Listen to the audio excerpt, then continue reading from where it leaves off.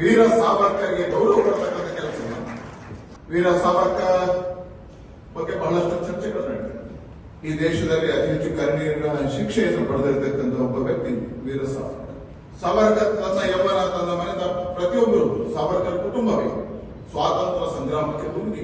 ನಾವು ಕೇಳಿದ್ವಿ, ಸ್ವಾತಂತ್ರ್ಯ ಸಂಗ್ರಾಮದಲ್ಲಿ ವೀರ ಸಾವರ್ಕರ್ ಅವರ ಪಾತ್ರ ಬಹಳ ಅದ್ಭುತವಾಗಿದೆ. ಬಹಳಷ್ಟು ಜನ ವಿದೇಶದಲ್ಲಿ ಬ್ಯಾರಿಸ್ಟರ್ ಪದವಿಗಳಿಗೆ ಹೋದವರನ್ನು ಕಂಡಿದ್ದೇವೆ. ಆದರೆ ಅಲ್ಲಿಂದಲೇ ಹೋರಾಟ ಮಾಡಿ ಅತಿ ಹೆಚ್ಚು ಜೈಲುವಾಸಗಳನ್ನು ಅನುಭವಿಸಿದ್ದಾರೆ. ಸ್ವಾತಂತ್ರ್ಯ ಪೂರ್ವದಲ್ಲಿ ಬ್ರಿಟಿಷರ ಕಾಲದಲ್ಲೂ ಜೈಲುವಾಸ ಅನುಭವಿಸಿ, ಸ್ವಾತಂತ್ರ್ಯ ನಂತರದ ಭಾರತದ ದಿನಗಳಲ್ಲೂ ಜೈಲುವಾಸವನ್ನು ಅನುಭವಿಸಿದ ಸ್ವಾತಂತ್ರ್ಯ ಹೋರಾಟಗಾರ ಯಾರು ಹೇಳಿದ್ರೆ ಅದು ವೀರ ಸಾವರ್ಕರ್. ಯಾರ್ಯಾರು ಈ ದೇಶದಲ್ಲಿ ಸ್ವಾತಂತ್ರ್ಯ ಸಂಗ್ರಾಮಕ್ಕಾಗಿ ದುಡಿದಿದ್ದಾರ, ಬಲಿದಾನಿಗಳಾಗಿದ್ದಾರ, ಸ್ವಾತಂತ್ರ್ಯ ಸಂಗ್ರಾಮಕ್ಕೋಸ್ಕರ ಜೀವನ ಯೌವನವನ್ನು ಕೊಟ್ಟಿದ್ದಾರೆ, ಅಂತವರೆಲ್ಲರನ್ನ ಸ್ಮರಣೆ ಮಾಡತಕ್ಕಂಥ ಕೆಲಸವನ್ನ ಭಾರತೀಯ ಜನತಾ ಪಾರ್ಟಿ ಸರ್ಕಾರ ಬಂದ ಮೇಲೆ ಮತ್ತೆ ಮಾಡತಕ್ಕಂಥ ಕೆಲಸ ಆಗಿದೆ. ಈ ರಾಷ್ಟ್ರಕ್ಕೋಸ್ಕರ ಬದುಕಿರ್ತಕ್ಕಂಥ ಎಲ್ಲ ಚೇತನಗಳನ್ನು ಸ್ಮರಣೆ ಮಾಡತಕ್ಕಂಥ ಕಾರ್ಯಗಳು ಪ್ರಾರಂಭ ಆಗಿದೆ. ಕೇವಲ ಸಾವರ್ಕರ್ಗೆ ಮಾತ್ರ ಅವಮಾನ ಕಾಂಗ್ರೆಸ್ ಮಾಡಿಲ್ಲ.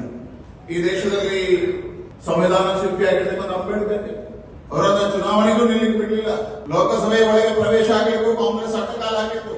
ಸತ್ತಾಗ ಅವರ ಅಂತ್ಯ ಸಂಸ್ಕಾರವನ್ನು ದೆಹಲಿಯಲ್ಲಿ ಮಾಡಲಿಕ್ಕೆ ಆಗದ ರೀತಿಯಲ್ಲಿ ಕಾಂಗ್ರೆಸ್ ವರ್ತನೆಯನ್ನ ಮಾಡಿತ್ತು. ಸ್ವಾತಂತ್ರ್ಯ ಅಂದ್ರೆ ಯಾವುದೋ ಒಂದು ಕುಟುಂಬವೇ ಸ್ವಾತಂತ್ರ್ಯ ತಂದುಕೊಟ್ಟಿದ್ದು ಅನ್ನುವಂಥ ಗುಲಾಮಗಿರಿಯ ಭಾವನೆಯಲ್ಲಿರ್ತಕ್ಕಂಥ ಕಾಂಗ್ರೆಸ್ಸಿಗರಿಗೆ ಬೇರೆ ಯಾವ ಹೋರಾಟಗಾರನೂ ಕಾಣಲಿಲ್ಲ.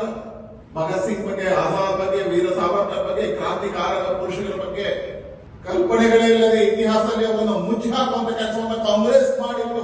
ಕೇವಲ ಒಂದು ಕುಟುಂಬ ಈ ದೇಶಕ್ಕೆ ಸ್ವಾತಂತ್ರ್ಯ ತಂದುಕೊಟ್ಟಿದ್ದು, ಆ ಕುಟುಂಬದ ಹೆಸರಿನಲ್ಲಿ ಅಧಿಕಾರವನ್ನು ಪಡೆಯಬೇಕು ಅನ್ನುವಂತ ಒಂದೇ ಒಂದು ಕಾರಣ, ಮತ್ತು ಆ ಕುಟುಂಬದ ಹಿಂದೆ ಗುಲಾಮಗಿರಿಯ ರಾಜಕಾರಣದ ಕಾರಣಕ್ಕೋಸ್ಕರ ಇಂತಹ ಹೋರಾಟಗಾರರನ್ನ ಮರೆಯುವಂತ ಕಾರ್ಯಗಳಾಯಿತು.